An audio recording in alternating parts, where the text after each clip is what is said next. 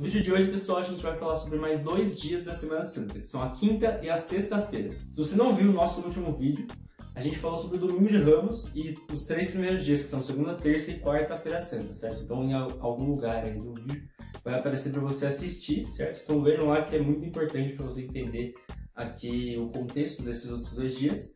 Você vê os dias anteriores, logicamente. Então, vamos lá. Na quinta-feira, o principal acontecimento que a gente tem celebrado na igreja é com certeza a Santa Ceia. E antes dela aconteceu o lava-pés. Como que ocorreu isso? Basicamente, Jesus, ele no ato de humildade, de amor e de servidão, lavou os pés dos 12 apóstolos que estavam ali com ele para a última ceia. A gente também pode tirar um significado disso. Jesus, ele se abaixa, na frente dos discípulos para lavar os pés dele. Assim como ele se abaixou, ele desceu dos céus para nos lavar de nossos pecados. Ele veio para servir e para dar vida pela gente. É interessante apontar também que nesse momento Jesus revela que já sabe que alguém vai o trair. No caso, seria Judas Iscariotes que ia o trair. Quando ele conversa com Pedro, no fim da conversa, do diálogo que ele tem ali com Pedro, que não queria deixar que os seus pés fossem lavados por Jesus, ele diz que nem todos estão limpos, Ele fala que também vós estáis limpos, mas nem todos, Ele fala essa frase. Esse nem todos faz referência a Judas, que não estava limpo, E iria trair Jesus, Ele já sabia. Depois disso, durante a ceia, Jesus ele anuncia a traição de Judas ali para os apóstolos. Ele levanta e fala que um dos apóstolos iria o trair naquela noite. Os apóstolos ficam em dúvida, não sabem quem que vai ser, por isso ele fala que vai entregar o pão umedecido ao apóstolo que iria o trair. Ele molha o pão no vinho e entrega para Judas e fala, faz o que ele tem de fazer. Nesse momento, Judas pega e vai embora para fazer o que ele tinha que fazer.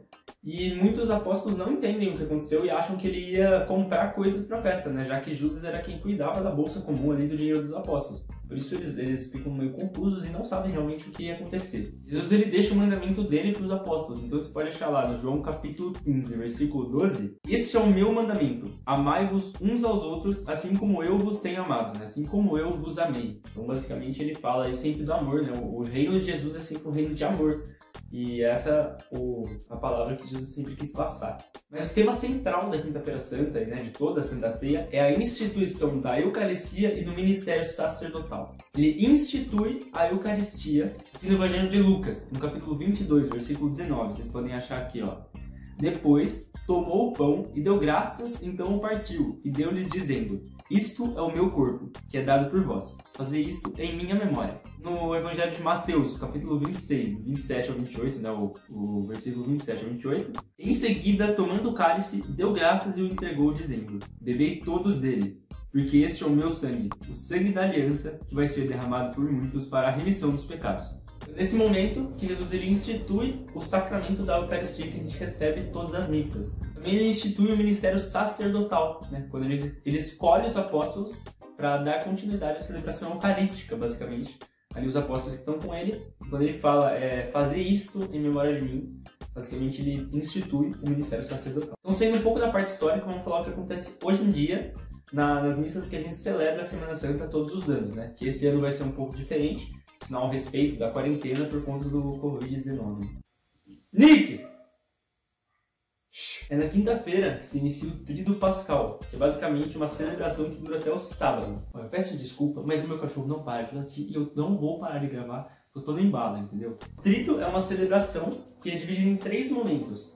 Quinta-feira, tem a missa da quinta-feira, a missa do lava-pés. Na sexta-feira nós temos a celebração das 15 horas e no sábado a missa da noite. Agora o helicóptero, meu cachorro. Isso fica evidente porque na missa da quinta-feira ela se inicia com o sinal da cruz, Então significa o nome do Pai, do Filho e do Espírito Santo. Enquanto que na sexta-feira não tem nem no início e nem no final da celebração o sinal da cruz. E no sábado só tem no final da celebração tem o sinal da cruz.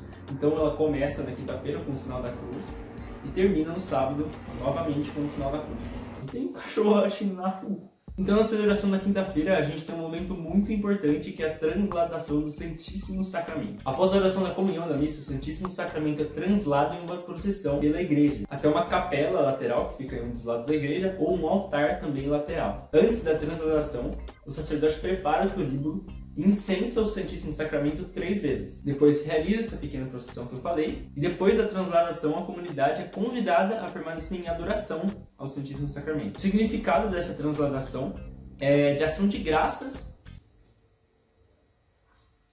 e pela salvação que celebramos nesses dias da igreja. E durante essa procissão, o Santíssimo é protegido pela umbela, que é basicamente essa imagem que está aparecendo nos lados da tela. Ela tem como significado manifestar reverência ao Santíssimo Sacramento e, de certa forma, proteger. Bom, nessa parte acabou a memória do meu celular, então ele cortou no meio que eu estava falando. Basicamente faltou falar do desnudamento do altar, que ele ocorre depois da missa, em silêncio, sem a presença da Assembleia, e é basicamente o seguinte: o sacerdote, ele é ajudado por 2 ministros, ele remove as toalhas e todos os ornamentos e os enfeites dos altares, e os altares eles ficam desnudos, sem nada, até a vigília pascal.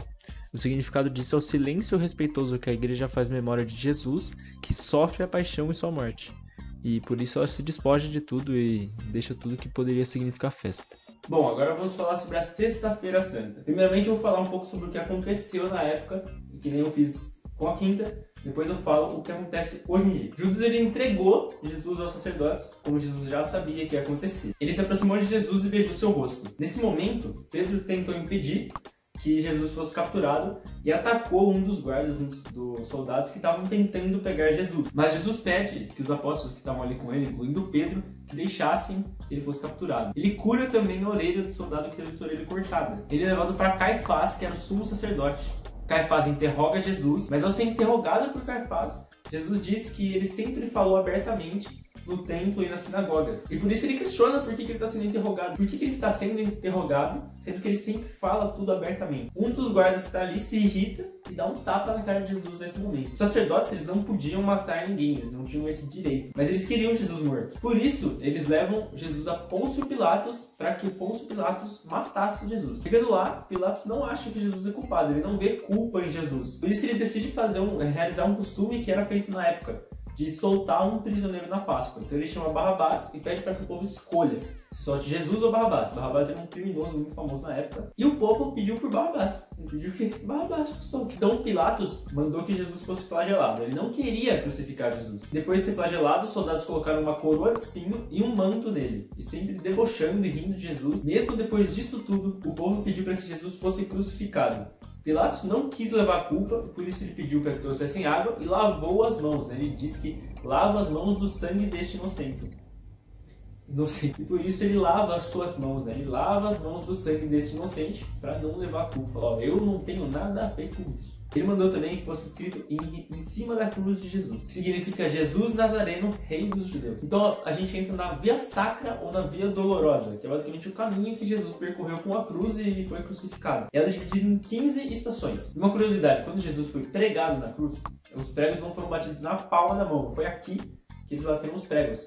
Porque se fosse aqui, o peso do corpo de Jesus, ele ia pender para frente, né, naturalmente, pela gravidade, ia rasgar a mão e ele ia cair da cruz. E eles pegavam aqui, porque dessa maneira as mãos, né, os pulsos conseguiriam sustentar o corpo na cruz. Então agora vamos falar sobre o que acontece hoje em dia na celebração da sexta-feira. Não há missa na sexta-feira. O que acontece é uma celebração às 3 horas da tarde, às 15 horas, que não é uma missa, é uma continuação do Tríduo Pascal que foi iniciado na quinta-feira. Ela é dividida em 3 partes: a liturgia da palavra, a adoração à cruz e a distribuição da comunhão. O altar ainda está desnudo, né? Foi o desnudamento que eu falei que aconteceu na quinta-feira. Os ministros, eles se prostram no chão, eles se colocam no chão no início da celebração. Eles são a imagem da humanidade reprimida e rebaixada, ao mesmo tempo que penitente, implorando por seu perdão. Eles vão vestidos de vermelho, que é a cor dos mártires. E esse cachorro está atrapalhando o meu vídeo. A adoração à cruz, que é realizada nessa celebração, ela se dá da seguinte maneira: a cruz é apresentada à comunidade, cantando 3 vezes a aclamação: eis o lenho da cruz, onde esteve pregada a salvação do mundo. Ó, vinde, adoremos. E todos ajoelhados uns instantes de cada vez. Então eles vão em procissão, a assembleia vai em procissão adorar e venerar a cruz. Ajoelhados ou profundamente inclinados, e com um beijo ou apenas tocando ela, fazendo o sinal da cruz. Enquanto cantamos os louvores a Cristo. Enquanto é cantado: Deus Santo, Deus Forte, Deus Imortal, tende piedade de nós. Inclusive é um canto bem bonito, eu adoraria ter voz para cantar aqui para vocês, mas eu não sei cantar. Quando a proclamação da paixão, o evangelho é de São João, a primeira leitura do profeta Isaías, que narra a passagem do servo sofredor. O salmo responsorial é tirado do Salmo 30, cujo versículo 6 Jesus pronunciou na cruz. Então a gente tem Lucas 23, o versículo 46, que eu vou ler para vocês. E Jesus deu um grande grito: Pai, nas tuas mãos entrego o meu espírito. E dizendo isto, expirou. É no momento onde Jesus morre. Na segunda leitura é proclamado um trecho da carta aos Hebreus. Ela nos mostra Cristo obediente que se torna a causa da salvação. Nós temos também o que a gente chama de orações universais, ou orações solenes, seguindo o esquema da antiga prece litúrgica. Convite, intenções e prece em silêncio. São 10 súplicas: Igreja, Papa, ordens sagradas de todos os fiéis, catecúmenos, unidade dos cristãos, judeus, não cristãos, que não creem em Deus e governantes. A Assembleia, iluminada pela palavra, ela abre essa caridade orando pelas necessidades atuais. Como nesse ano vai acontecer, que vai ter também uma oração na Sexta-feira Santa pela pandemia do Covid-19. Nós temos também elementos muito importantes na sexta-feira.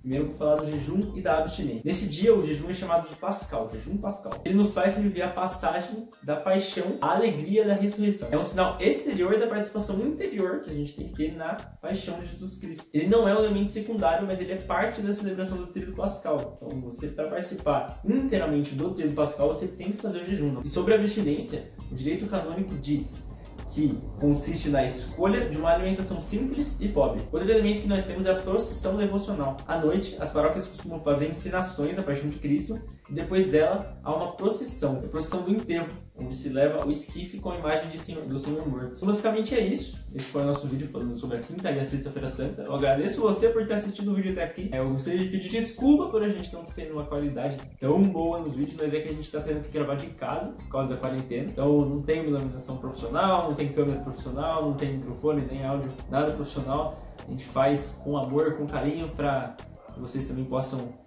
estudar um pouco sobre a igreja nesse momento também, né? E sempre viver a fé. Se vocês tiverem alguma dúvida, comentem no vídeo que a gente vai estar respondendo. Dê o seu feedback, se você gostou ou não gostou do vídeo. Também se inscreva no canal, que é muito importante. Outra coisa que eu peço é para vocês mandarem este vídeo e este canal para os seus amiguinhos, para eles aprenderem um pouco também e para a gente conseguir evangelizar de uma maneira mais ampla, né? Com mais pessoas assistindo a gente. Acompanhem as missas e as celebrações dessa Semana Santa, né? Não só da quinta-feira, mas de toda a Semana Santa. Acompanhem as celebrações pelas redes sociais, né? A paróquia vai transmitir, a paróquia São Sebastião vai transmitir aí as missas. Então é isso, gente. Valeu. Até o próximo vídeo. O próximo vídeo vai ser a gente falando sobre o sábado e o domingo da Páscoa.